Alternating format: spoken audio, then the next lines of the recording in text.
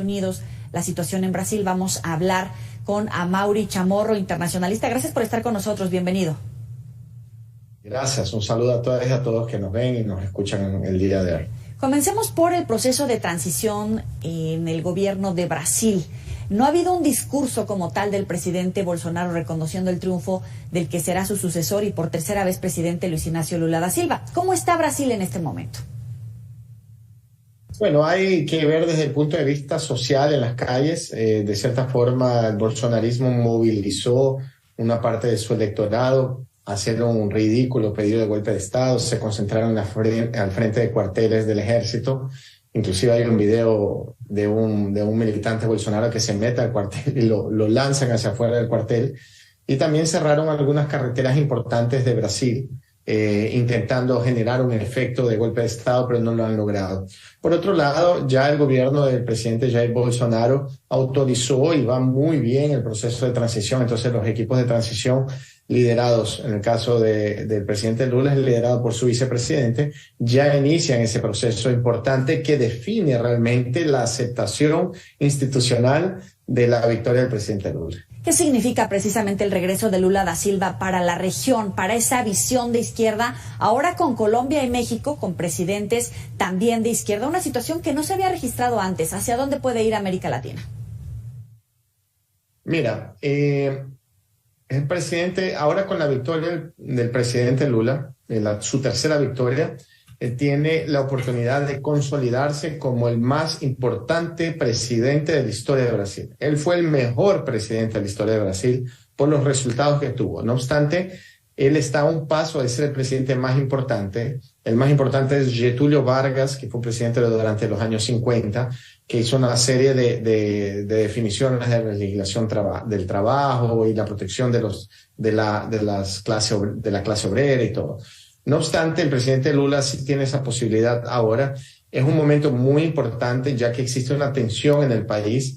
El presidente Lula logra vencer electoralmente, pero no políticamente, a un sector que realmente tiene mucho poder, que es el sector que yo llamo que es un sector fascista religioso brasilero, que es sostenido por las iglesias evangélicas, también por una relación muy próxima con los grupos criminales y paramilitares que existen en Río de Janeiro, en São Paulo, y por otro lado con algunos sectores empresariales muy poderosos, muy ricos.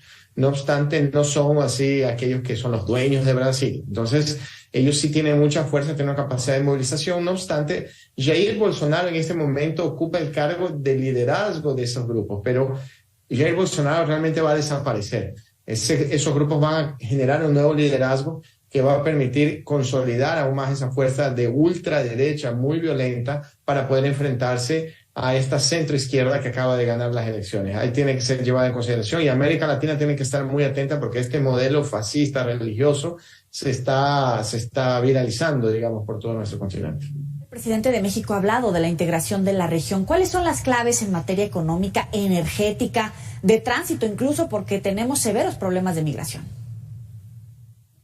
Las claves primeras son una integración que tiene que pasar por un proceso de creación de una instancia que permita esta integración independiente del espectro político que gobierna los países. Mira qué interesante, en América del Sur se fundó la UNASUR, Unión de las Naciones de América del Sur, que fue lanzada, inaugurada, inclusive teniendo la presencia de Álvaro Uribe Vélez, el hombre más a la derecha de la historia de Colombia, y teniendo al otro lado a Hugo Chávez, o sea, el hombre más a la izquierda del continente. Y ambos se sentaron a una mesa y dijeron, nosotros necesitamos conformar esa unión porque eso es imprescindible para nuestro continente. O sea, claro, después viene una acción de desestabilización generada por los Estados Unidos que acaba con Lenín Moreno y ya ahí nace el tal Grupo de Lima, ¿no? Pero como una supuesta respuesta a eso.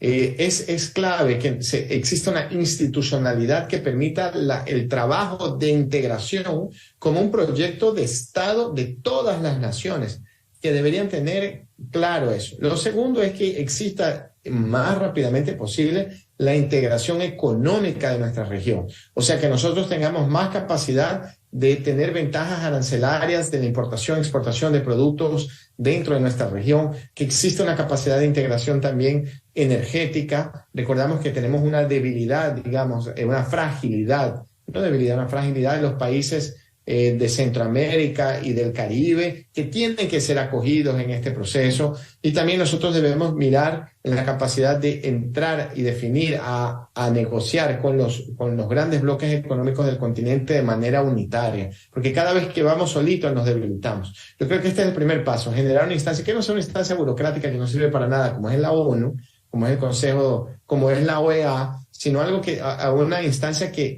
tenga objetivos, metas muy claras de integración y que puedan ser medibles y que no caiga en la burocracia y no generemos nuevamente una instancia burocrática multilateral que cuesta carísimo y no sirve para absolutamente nada. El próximo martes se llevarán a cabo las elecciones de medio término en Estados Unidos. ¿Cuál es el panorama para la segunda mitad del gobierno de Joe Biden, con un expresidente, Donald Trump, muy activo con la guerra Rusia-Ucrania?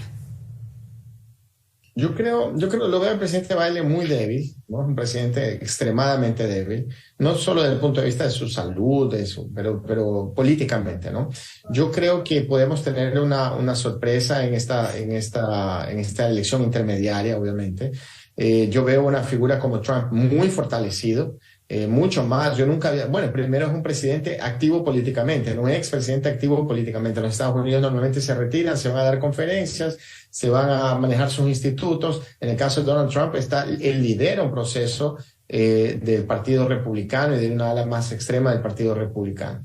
Y eso es importante porque eso sí puede influenciar el resultado de las elecciones.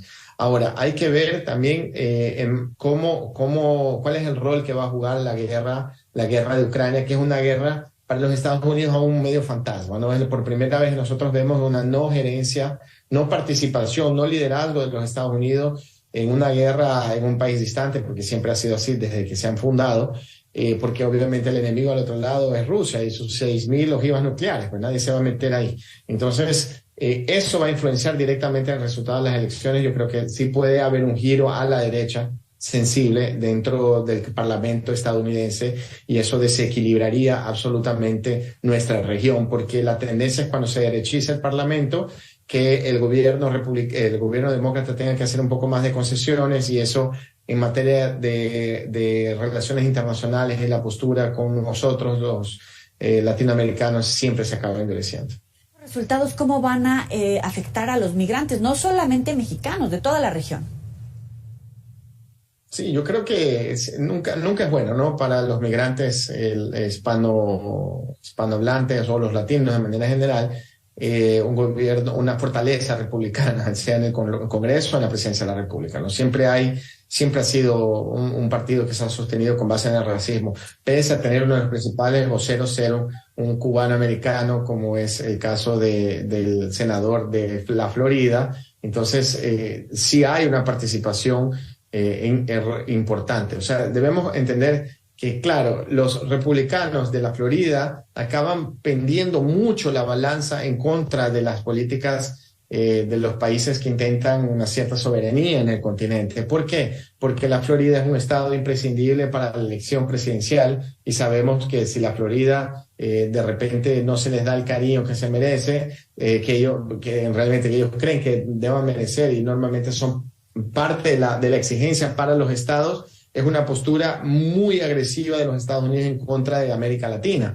Entonces hay que saber equilibrar. Ahora, yo creo que lo mejor es que se gane la línea demócrata, obviamente, y eso permita tener una mucho mejor relación de los migrantes con el Estado, con la institucionalidad estadounidense y que se logren respetar los derechos más que no solo derechos laborales y todo, pero derechos humanos, ¿no? Vemos una postura muy radical por parte siempre de los Estados Unidos cuando está en manos de los partidos republicanos, del Partido Republicano. Amaury Chamorro, muchísimas gracias por estos minutos para el auditorio de Mega Noticias. Muy buena noche.